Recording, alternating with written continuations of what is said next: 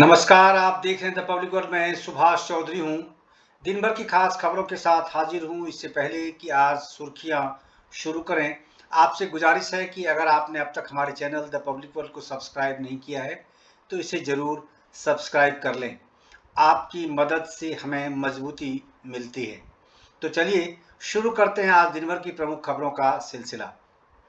PM Modi ने देश के 75 जिलों में 75 डिजिटल बैंकिंग इकाइयों को राष्ट्र को समर्पित किया। प्रधानमंत्री नरेंद्र मोदी ने वित्तीय समावेशन को और ज्यादा व्यापक बनाने की एक अन्य उपाय के रूप में देश के 75 जिलों में 75 डिजिटल बैंकिंग इकाइयों को राष्ट्र को समर्पित कर दिया। इस अवसर पर पीएम मोदी ने कहा कि टेक्नोलॉजी किस तरह से आज न्याय व्यवस्था का भी अभिन्न अंग बन गई है, इसे हमने कोरोना काल में भी देखा है, जांचा है और परखा है। पीएम मोदी ने कहा कि आज देश डिजिटल इंडिया की सामर्थ्य का फिर साक्षी बन रहा है। आज 75 डिजिटल बैंकिंग यूनिट्स देश के 75 जिलों में धरातल पर उतर रही है। भारत के सामान्य मानव जीवन को आसान बनाने का अभियान देश में चल रहा है। उन्होंने कहा कि डिजिटल बैंकिंग यूनिट्स इस दिशा में एक और कदम आगे बढ़ गया है। पीएम मोदी ने कहा कि जब हमने जन धन अकाउंट की मुहिम शुरू की, तब आवाजें उठी कि गरीब बैंक खाते का क्या करेगा। यहाँ तक कि इस फील्ड के कई एक्सपर्ट भी नहीं समझ पा रहे थे इस अभियान का महत्व क्या है। लेकिन बैंक खाते की ताकत क्या होती है, ये आज पूरा देश देख रहा है। यूपीआई अपने तरह की दुनिया की पहली टेक्नोलॉजी है, लेकिन भारत में आप इसे शहर से लेकर गांव तक, शोरूम हो या सब्जी का ठेला, हर जगह यूपीआई देख सकते हैं। आज देश में हर 1 लाख वयस्क आबादी पर जितनी बैंक शाखाएं मौजूद हैं, वो जर्मनी, चीन और दक्षिण अफ्रीका जैसे देशों से भी ज्यादा हैं। उन्होंने कहा कि हम सामान्य मानवीय के जीवन पर स्तर को बदलने का संकल्प लेकर दिन रात मेहनत कर रहे हैं। हमने बैंकिंग सेवाओं को दूर सुदूर में घर घर तक पहुंचाने को सर्वोच्च प्राथमिकता दी है। आज भारत के 99% से ज्यादा गांवों में 5 किलोमीटर के अंदर कोई न कोई बैंक ब्रांच, बैंकिंग आउटलेट या बैंकिंग मित्र मौजूद है। दिल्ली में एक युवक की हत्या से इलाके में तनाव।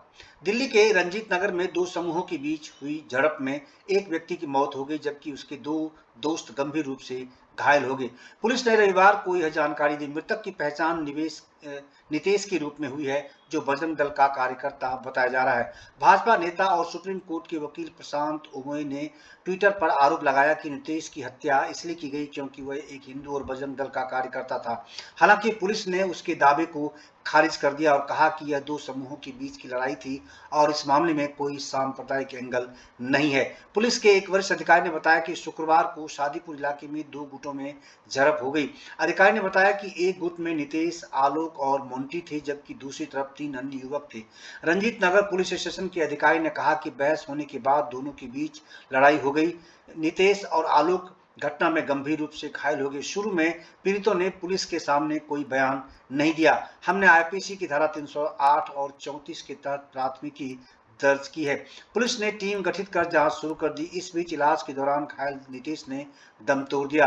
पुलिस को घटना का सीसीटीवी फुटेज मिल गया है। पुलिस ने कहा कि उसने मामले में शामिल आरोपियों की पहचान कर ली है। आरोपियों की पहचान उफीजा, अदनान और अब्बास के रूप में हुई है। सभी आरोपी फरार बताए जा रहे हैं। पुलिस ने बताया कि नितेश और आलोक का पुराना आपराधिक रिकॉर्ड रहा है। मामले में आगे की जांच जारी है। इधर गुरुग्राम में अपने घर में पटाखों के विस्फोट में घायल 3 लोगों की मौत हो गई। गुरुग्राम में अपने घर में पटाखों के विस्फोट में घायल होने के कुछ दिनों बाद रविवार को एक ही परिवार की 3 लोगों की मौत हो गई। घायलों ने दिल्ली के सफदरजंग अस्पताल में इलाज के दौरान दम तोड़ दिया, जबकि 3 अन्य की हालत अभी भी गंभीर बनी हुई है।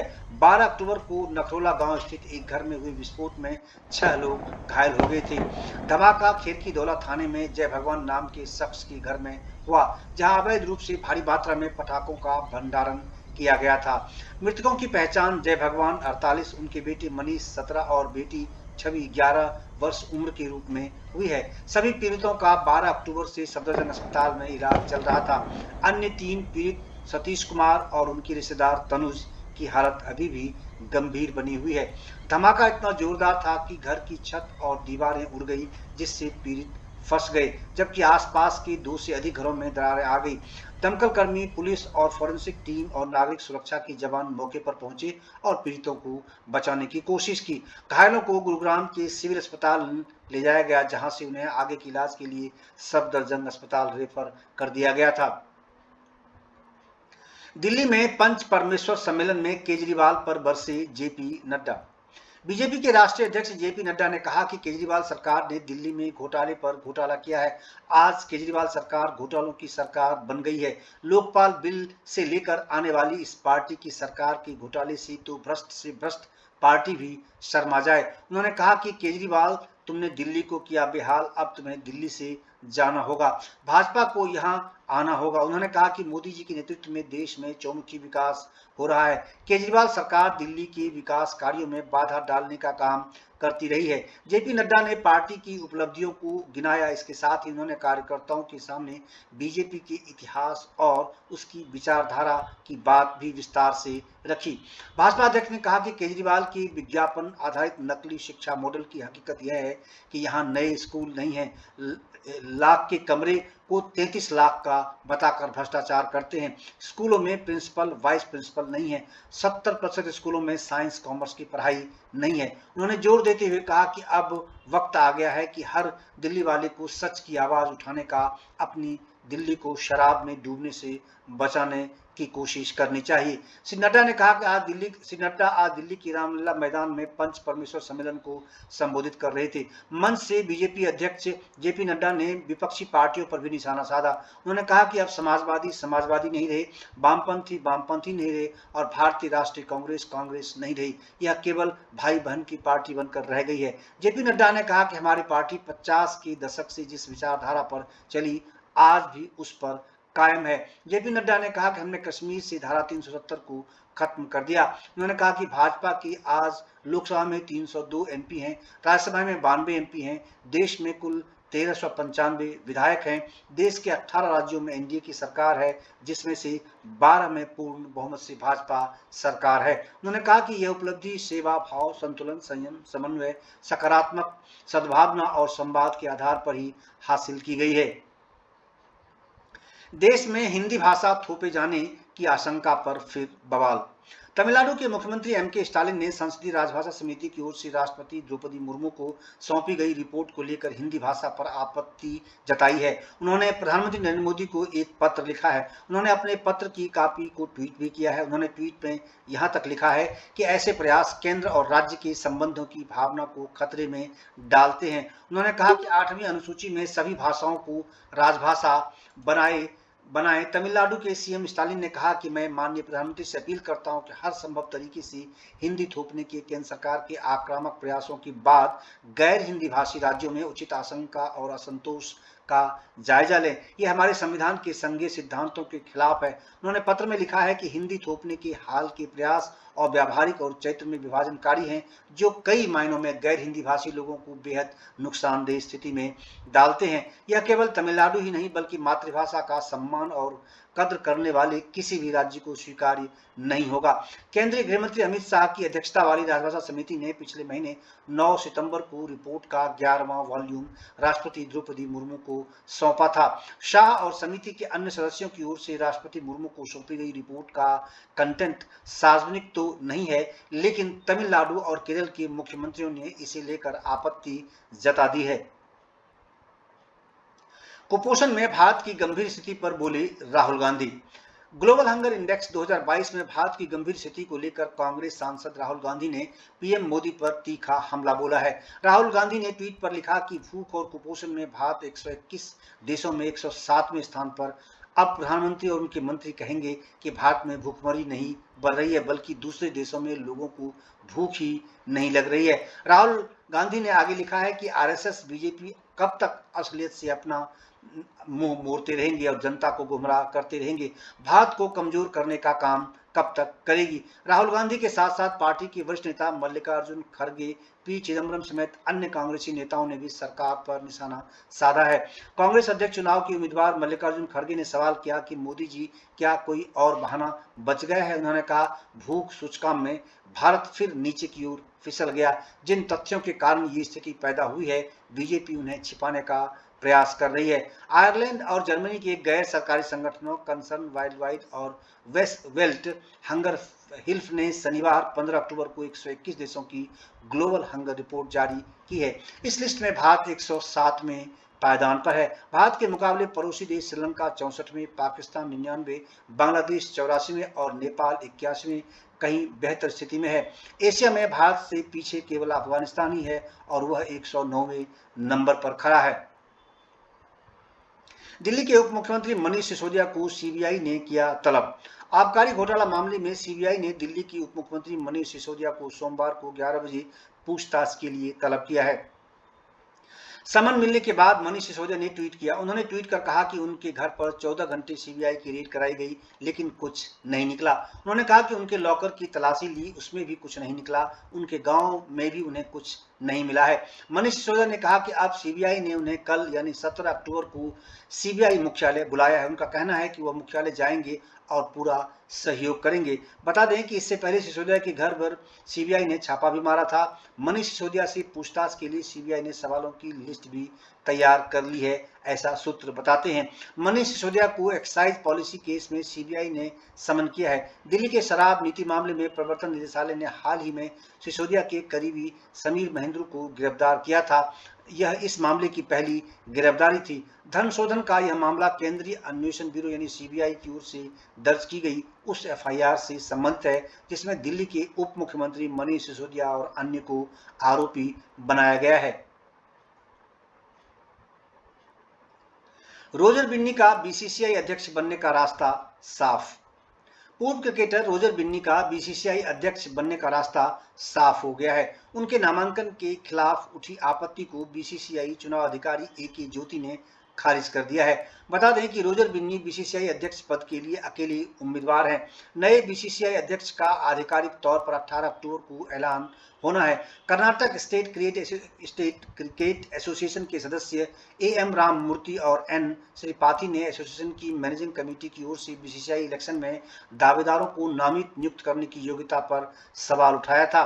उनकी आपत्ति इस बात पर आधारित थी कि मैनेजिंग कमेटी का कार्यकाल 3 अक्टूबर को खत्म हो चुका था। ऐसे में बिन्नी का नामांकन लीगल नहीं है। यह भी मुद्दा उठाया गया कि managing committee Karnataka state cricket association के चुनाव और एजीएम आयोजित कराने में फेल रही है।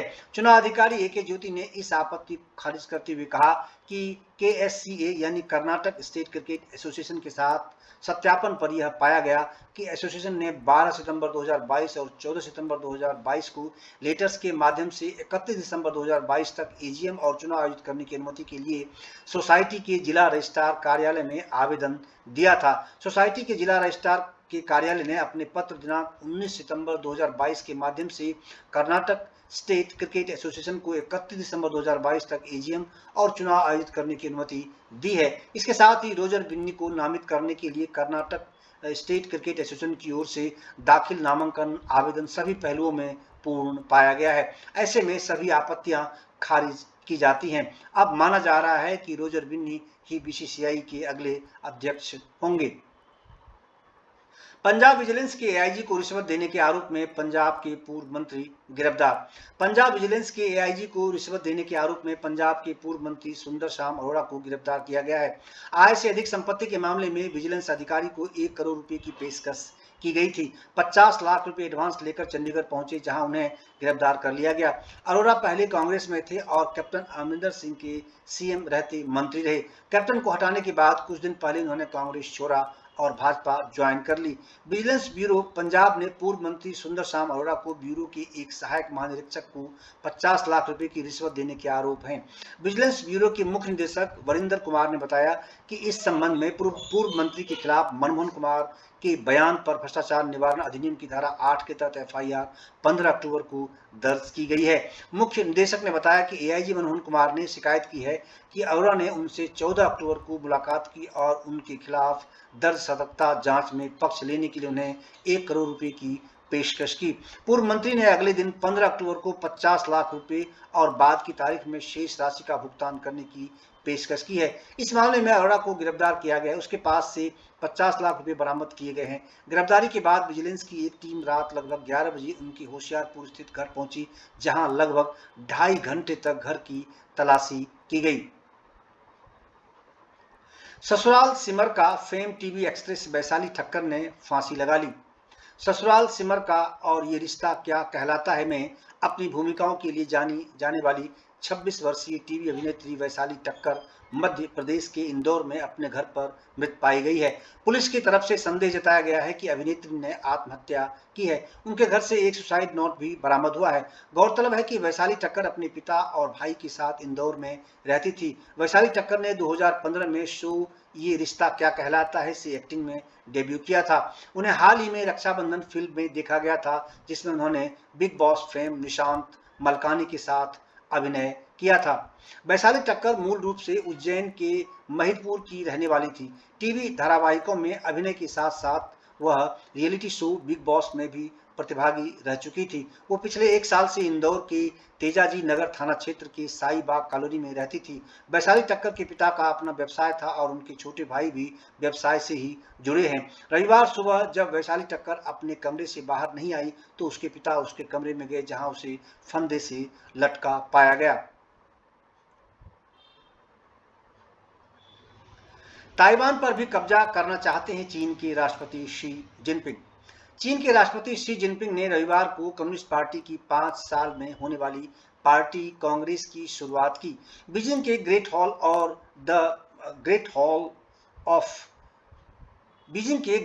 ऑफ द पीपल में पार्टी के डेलीगेट्स के सामने बोलते हुए शी जिनपिंग ने कहा कि हमने हांगकांग पर पूर्ण नियंत्रण हासिल कर लिया है। साथ ही उन्होंने कहा कि ताइवान को लेकर हम दृढ़ संकल्पित हैं। अधिवेशन में चीनी राष्ट्रपति ने किसी भी एकतरफावाद, संरक्षणवाद और बदमाशी का डटकर विरोध करने का आह्वान किया।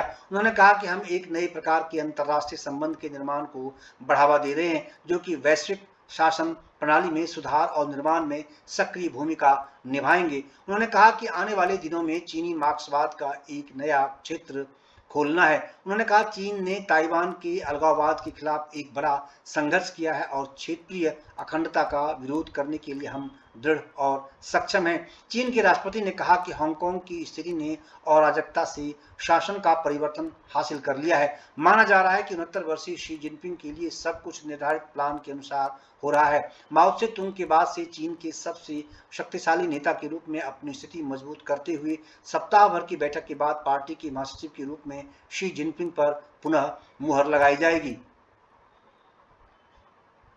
तो ये थी आज दिन भर की खास खबरें। देश और दुनिया की अन्य खबरों के लिए जुड़े रहिए द पब्लिक वर्ल्ड के साथ। हमारे चैनल द पब्लिक वर्ल्ड को सब्सक्राइब करना न भूलें। आपकी मदद की हमें बेहद ज़रूरत होती है और आप हमारे चैनल द पब्लिक वर्ल्ड को सब्सक्राइब कर हमारी मदद आप कर सकते हैं। तो दिन भर की खास खबरों के साथ हम हाजिर होते हैं। हमारे लिए आपका सहयोग और समर्थन बेहद ज़रूरी है। हमारा चैनल द पब्लिक वर्ल्ड देखने के लिए आपका बहुत बहुत धन्यवाद।